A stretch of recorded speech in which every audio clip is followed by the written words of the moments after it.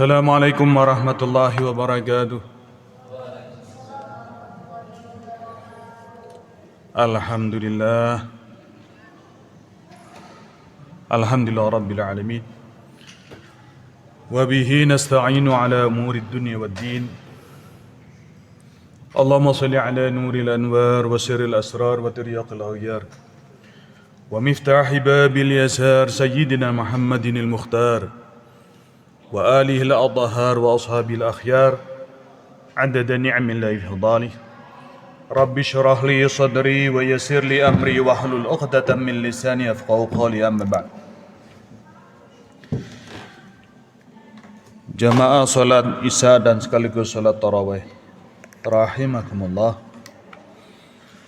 Alhamdulillah, di malam ini kita sudah sampai pada malam yang kedua di bulan suci Ramadan di tahun 2021 ini. Mudah-mudahan kita senantiasa diberikan kekuatan lahir dan batin, diberikan kesehatan, diberikan usia yang panjang, diberikan kemudahan dan kesuksesan di dalam segala urusan kita fid dini wad dunya wal akhirah. Amin. Dan mudah-mudahan ibadah saum dan ibadah salat tarawih, qiyamul lail di tahun ini mudah-mudahan kita juga diterima oleh Allah Subhanahu wa taala. Jamaah tarawih yang dimuliakan oleh Allah Subhanahu wa taala. Tentu kita sudah tahu bahwa puasa di bulan suci Ramadan adalah salah satu dari rukun Islam yang tentunya wajib bagi kita sebagai muslim dan kita sebagai mukmin. Itu ada di dalam surah Al-Baqarah ayat 183 dan seterusnya yang tadi saya baca di dalam salat. Kemudian di dalam salat Al-Qadar juga ada penjelasan bahwa di bulan suci Ramadan itu ada malam yang dinamakan malam Qadar, Lailatul Qadar, yang dianggap sebagai malam yang lebih baik dari 1000 bulan. Karena di situ Al-Quran diturunkan. Dan yang berikutnya kita baca di dalam surat Al-Muzammil ayat 1-8. A'udzubillahi minasyaitonir rajim. Bismillahirrahmanirrahim. Ya ayyuhal muzammil qumil laila illa qalila nisfahu aw inqus minhu qalila aw zid 'alaihi warattilil qur'ana tartila. Inna sanulqi 'alaika qawlan thaqila. Inna nasyiatal laili hiya ashaddu wata'an wa aqwamu qila. Inna laka fin nahari sabahan tawila wa dhkur isma rabbika wa tabaddal ilaihi tabtila. Al-Muzammil ayat 1 dan hingga ayat yang ke-8.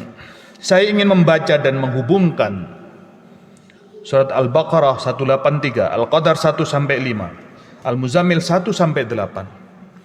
Saya coba hubungkan, saya coba pahami dengan cara menggunakan teori munasabah Al-Imam Fakhruddin Ar-Razi, wa huwa al-mufassir min Madinati Rai, seorang mufassir dari kota Rai di wilayah selatan Iran, di sebelah timur laut Tehran. Penulis kitab tafsir At-Tafsir Al-Kabir yang dinamakan dengan nama yang lain, yakni At-Tafsir Mafatih Al-Ghaib. Al-Imam Ar-Razi sangat terkenal dengan teori munasabahnya, dan beliau adalah seorang mufassir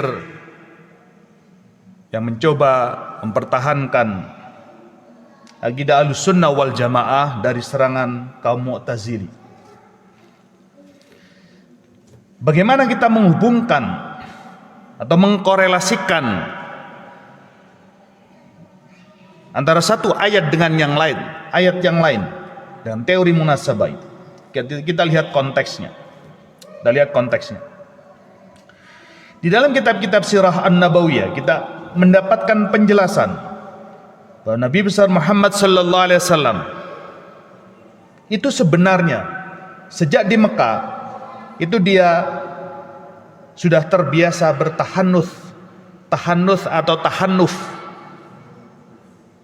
Jadi tahannuth itu maknanya sama dengan tahannuf, tahannuf itu artinya hanif.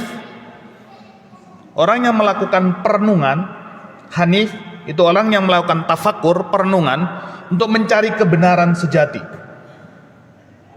Nanti kita bisa membaca itu dalam lembaran-lembaran sirah nabawiyah. Nah, di Gua Hira itu apa yang dilakukan oleh Nabi tidak lain adalah tafakur. Maka dalam ayat yang lain disebut wa yatafakkaruni fi khalqis samawati wal ard dan seterusnya. Dan kita juga ingat satu kisah tentang Nabi Ibrahim yang mencari Tuhan itu diawali dengan tafakur. Jadi tradisi tafakur ini sangat penting di dalam tradisi Islam yang kemudian di dalam tasawuf dikenal sebagai tradisi khalwat, berkhalwat. Orang biasa menyebut Nabi Muhammad berkhalwat di Gua Hira. Dalam beberapa tarekat itu ada tradisi khalwat yang sekarang sudah mulai kurang dipraktekkan.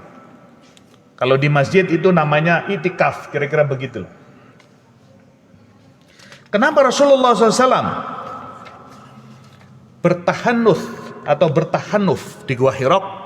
Ada dua hal yang menyebabkan itu. Yang pertama, anak-anak Rasulullah banyak yang wafat, sehingga Rasulullah berpikir, mengapa anak saya banyak yang wafat? Yang kedua, masyarakat Quraisy, masyarakat Arab pra-Islam saat itu sangat kuat tradisi jahiliyah yang meliputi masyarakat Arab saat itu, sehingga Nabi Muhammad mencoba melakukan tafakur, melakukan perenungan. Jadi sebenarnya bulan suci Ramadan itu sudah dikenal, dan Nabi Muhammad sekitar 4 tahun setiap tahun di bulan suci Ramadan Nabi Muhammad bertafakur di Gua Hira. Lalu bagaimana menghubungkan surat Al-Baqarah 183, Al-Qadar 1 hingga 5, Al-Muzammil 1 hingga 8? Kita coba membaca ayat itu. A'udzu billahi minasyaitonir rajim. Bismillahirrahmanirrahim. Ya ayyuhalladzina amanu kutiba 'alaikumus shiyam kama kutiba 'alal ladzina min qablikum la'allakum tattaqun. Hadza ma'ruf. Kalian semua tentu sudah hafal ayat itu. Tapi kita lanjutkan, apa itu? Syahrul Ramadan alladzi unzila fihil Qur'an. Jadi bulan suci Ramadan itu menjadi istimewa karena di dalam bulan itu Al-Quran diturunkan. Jadi keistimewaan bulan suci Ramadan itu karena Al-Quran diturunkan, sehingga bulan suci Ramadan di situ ada malam Qadar. Kenapa malam Qadar hebat? Karena nuzulul Quran. Lalu bagaimana hubungan dengan surat Al-Muzammil? Al-Muzammil mengatakan, Qumil laila illa qalila. Wahai orang yang berselimut, bangun. Wahai orang yang berselimut, bangunlah. Qumil laila illa qalila. Bangun malam, separuh malam. Kalau nggak kuat separuh malam, dikurangi sedikit. Auzid alaihi warattilil qur'ana tartila. Atau ditambah. Setelah itu apa? Warattilil qur'ana tartila. Membaca Al-Quran. Apa yang ingin saya katakan bahwa sebenarnya bulan suci Ramadan itu harus diisi dengan membaca Al-Quran, karena di situ ada nuzulul Quran, dan yang berikutnya adalah qumil laila illa qalila. Kita melakukan qiyamul lail, kita melakukan salat malam. Apa makna dari Al-Muzammil? Walaupun dalam kitab sejarah dijelaskan bahwa Nabi Muhammad gemetar lalu kemudian diselimuti oleh Khadijah. Bisa bermakna harfiah bahwa Nabi Muhammad sedang tertidur karena dia gemetar begitu takutnya melihat sosok malaikat Jibril yang sesungguhnya.